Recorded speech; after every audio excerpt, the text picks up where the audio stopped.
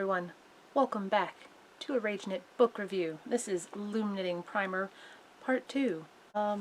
Left off with a knitted fish.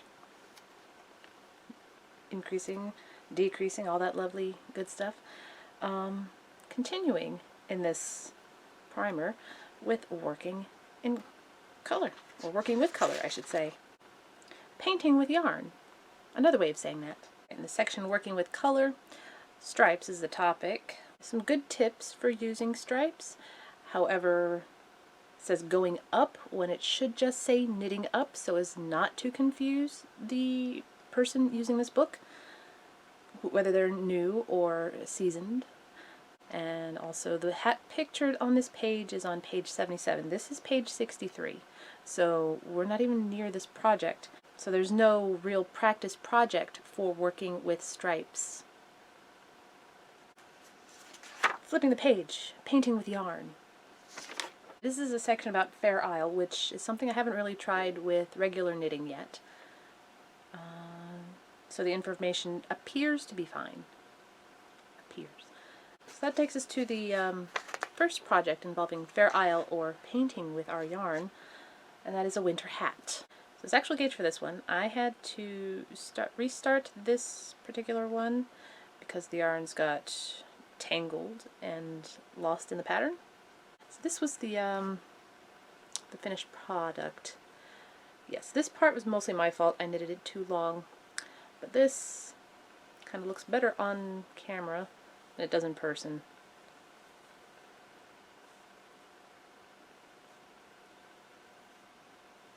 So yeah, the green loom that is suggested for this one, which I have, is too small.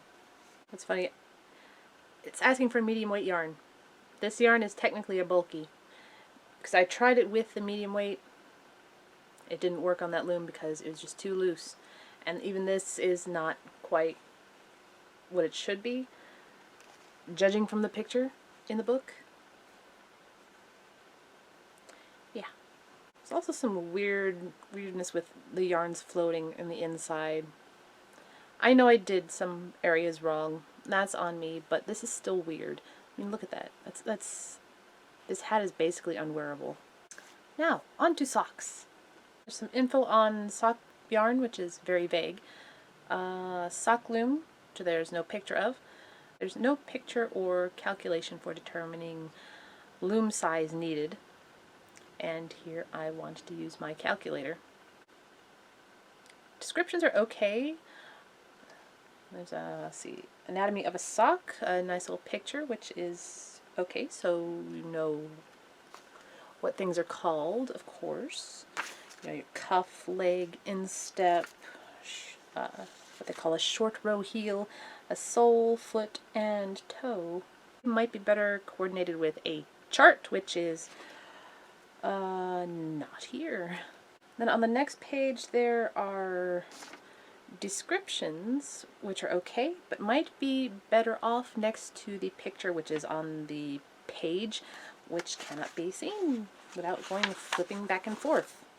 Annoying. Short row technique, at least there is a page number reference on there for something. The wrap and turn, and this little section for designing your own socks, which isn't helpful at all. Well, it is and it isn't. It's kind of not helpful. I'll just say that. It's not helpful. The thing about yarn using for socks, that might be actually better on the page before it when talking about the actual sock. And, you know, putting the diagram of the sock in its place. And now, our first sock project, the chunky ribbed sock. Alright, here's the final product. With a big sole. My feet are not this big, I promise. But this is meant for alien feet, I think. The instructions for actually closing the toe were confusing.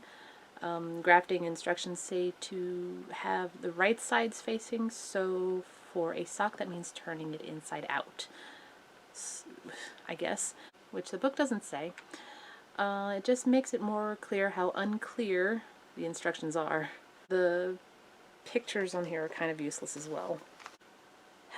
For something that's supposed to be easy, there should be more pictures. Or better pictures. More better pictures. It also doesn't say how to take it off the loom. I had to add a stitch marker to help me keep track of my stitches, which it doesn't say to do in the instructions. It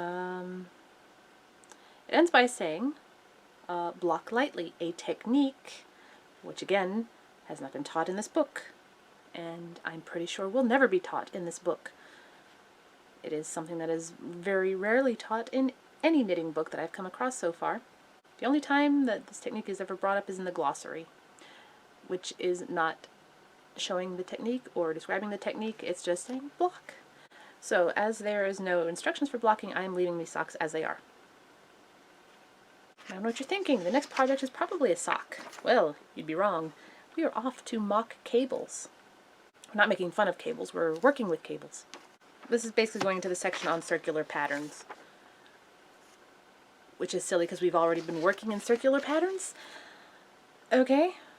I don't know. I don't know why this is arranged this way. Anyway, it says no special tools are necessary, but in the instructions suggests a cable needle, which is good. Cable needles are very helpful. However, it's saying something really dumb to hold it, the stitch that is, on your knitting tool or cable needle. In the tool list, a cable needle is listed. Just use it. Let me clarify. You're taking two stitches, you're putting one stitch where the other stitch is going, and that stitch where that other stitch came from. So what it's basically saying in here is to put the stitches on your hook or your cable needle,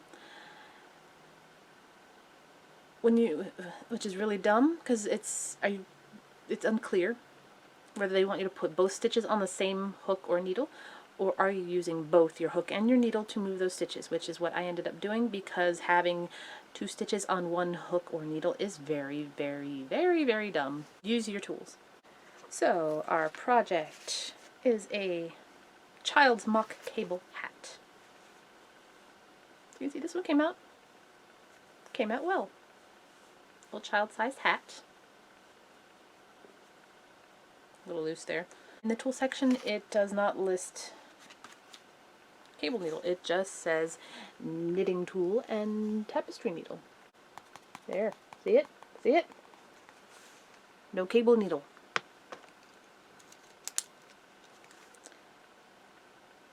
Cable needle. It's in there now. Dear editors, I'm doing your job for you. For the twist, moving the stitches is not easy. It's a bit of a struggle at first. You have to make sure it's not knitted too tight, which is a problem I've had in the past. And that's probably why I had to restart this thing 3 times, because it was too tight. It's a cute hat, fairly easy once you get the tension right. Also, again, cable hook is necessary. Next one, children's ear flap hat. So we're not doing any more cables for some reason. So here's the finished hat. You can see no cables. Weird little knot on the top, cute little flaps, a little tie. Talk about inconsistencies. Again, for these special instructions, there's a point where it says to place stitches from stitch holder back onto the loom when there was no instruction to place stitches on a stitch holder. Yeah, pretty easy hat to knit. Just a lot of ends to weave in. I'm not sure about the top either. It is what it is. And next, a super easy one. We have a knitted cowl next. No mock cables, still knitting in the round, and here's the finished product.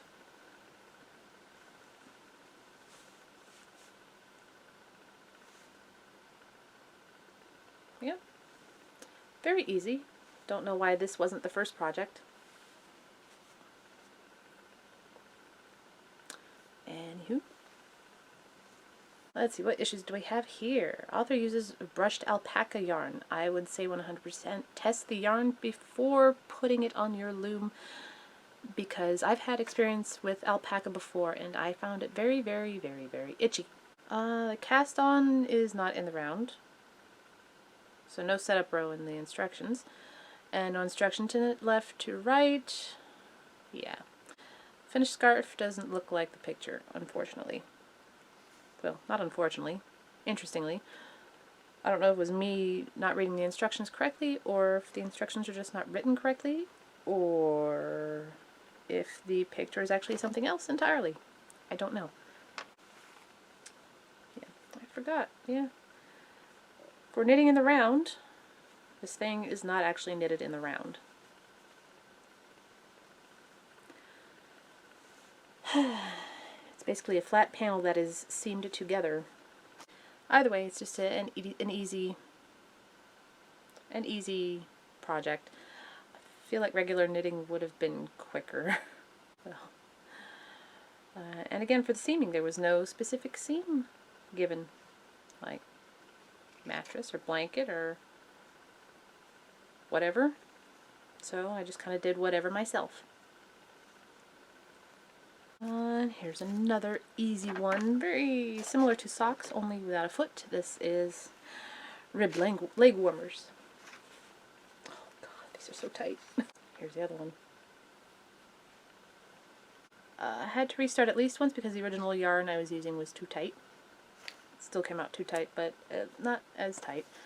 It's easy, it's tedious, and again, felt I could have done it faster with double pointed needles or a circular needle. You know, regular knitting, just with how tedious it is. So, yeah.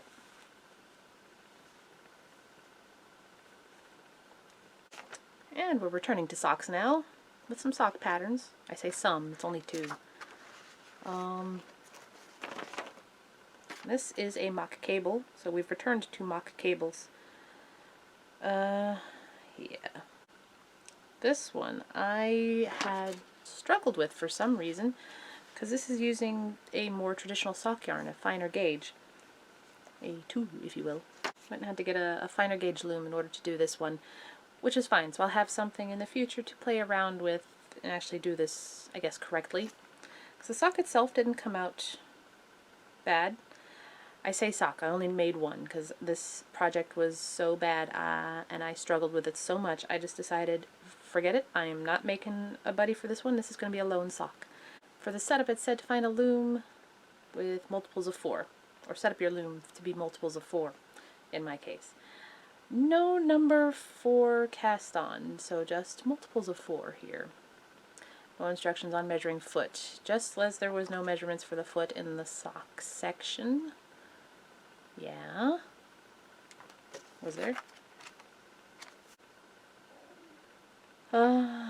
Place your foot on a flat surface, measure around the ball of the foot, the widest part. Write down the measurements. Generally, socks are knitted with a negative ease of 10 to 15%, so try to find a knitting loom that produces a tube 10 to 15. Huh? Okay, so there are instructions on measuring the foot, but they just don't make any sense. No. At least not to a newbie. Which in the case of socks, I am pretty much still a newbie. I started once as a sort of test and realized it was too tight, and then restarted and then realized it was too small, but I was past the point of carrying and just decided to keep going. Yeah, this is the finished product. So you can see, I just said, forget it. No more. It's a good looking sock. The mock cables don't look good at all on this sock, at all. It's too variegated. Would have been better with a solid color. I just didn't have the right gauge, so I was using what I had. In my opinion, there is not enough good visual instruction for this pattern, and there needed to be. Instructions for the socks and cables in general need to be better for this primer if they're going to be useful at all. Better pictures for how to move and place stitches, especially because I'm not even sure if I'm doing this cable correctly.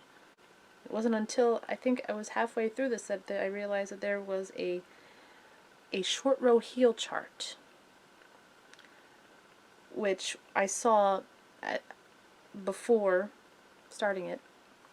I was very confused by it. It's not very clear. To be clear, I'm going to show you this chart. Here it is. That's the chart. This is showing 68 peg loom in 10 inches. That's a number that would have been nice to have at the beginning of the pattern, because there is no cast on instructions for this in terms of numbers. Again.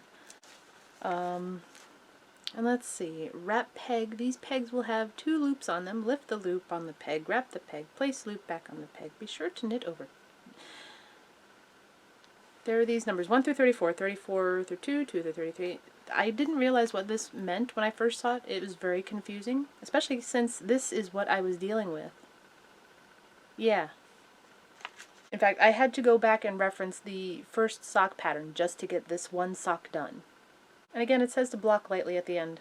Still no instructions on how to block, so this sock is going to stay this way forever. Oh, and guess what? One more sock pattern. This is called the weekend sock. As you can see, they came out much better. Also a mock cable.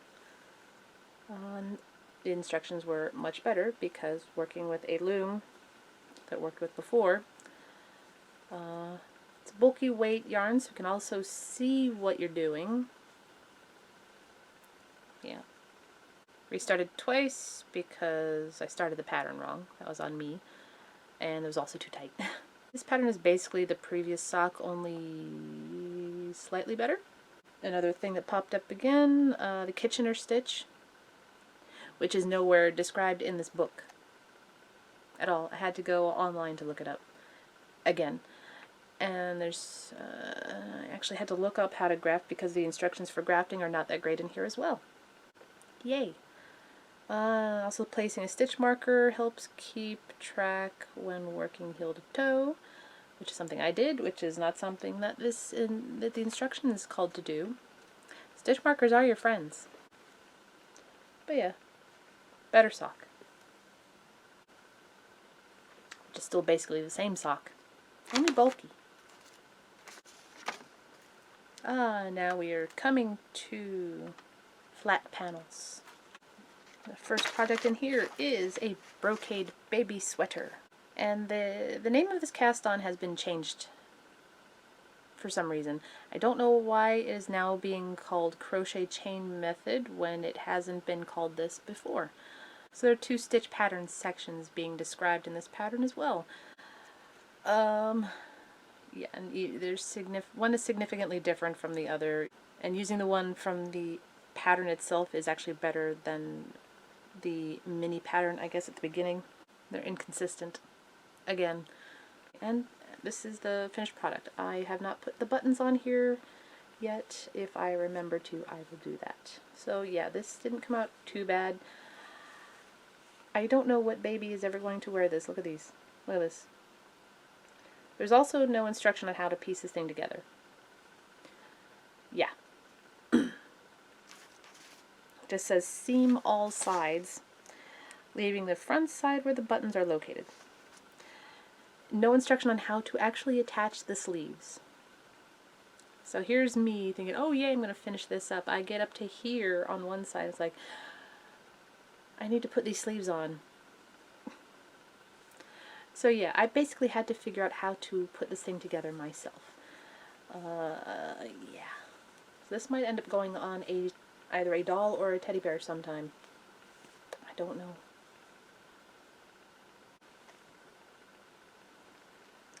And here's a nice, easy, tedious, flat panel project. A garter stitch scarf. Again, why was this pattern not at the beginning? Since it's the most easy stitch.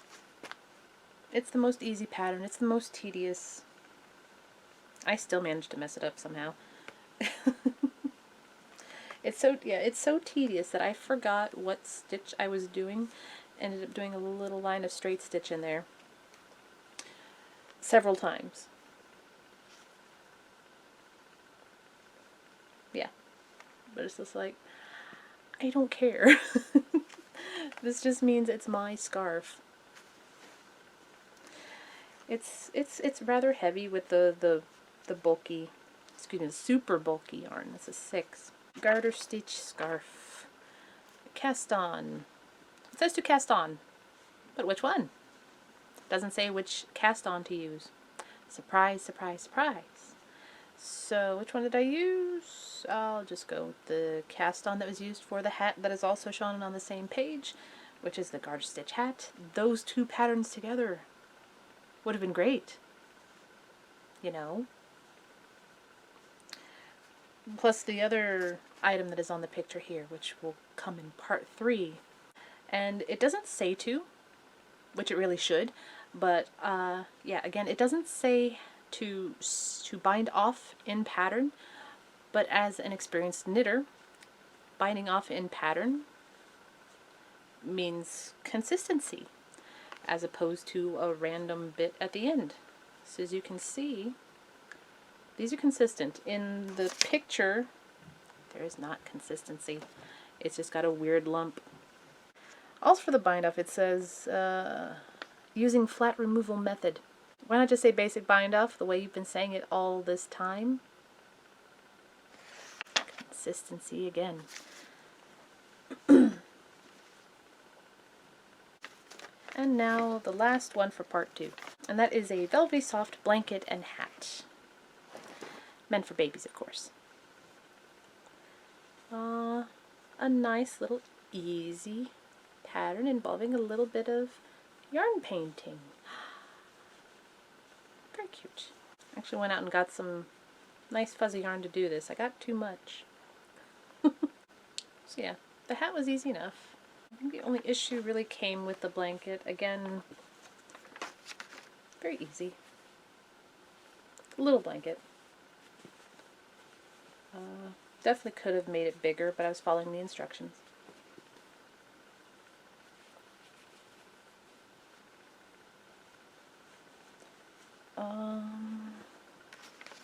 Also, it said to bind off, but I bound off in pattern just so it looks good, because if I hadn't, it would look bad. Did manage to wrap a little loosely, so I didn't have to restart this one. I think there may have been issues somewhere, I don't remember. Stitch from that. But yeah, this one, very easy. Very easy couple of patterns. That's all the projects for part 2. Part 3 is going to be a monster because I'm in the middle of another baby blanket, which is a bit tedious. It's 3 panels. I'm on panel 1. It's going to be a while. There's an intricate pattern in here coming up as well, which is I'm dreading a little bit. Just looking at it ahead of time. It's going to be a complicated nightmare, I have a feeling. And we'll get to use a different knitting loom soon too. So that'll be fun. Alright. That's it for part 2. The suffering will continue in part 3 when I finish it, and hopefully that will be the end. So, thanks for watching. Take care. Bye.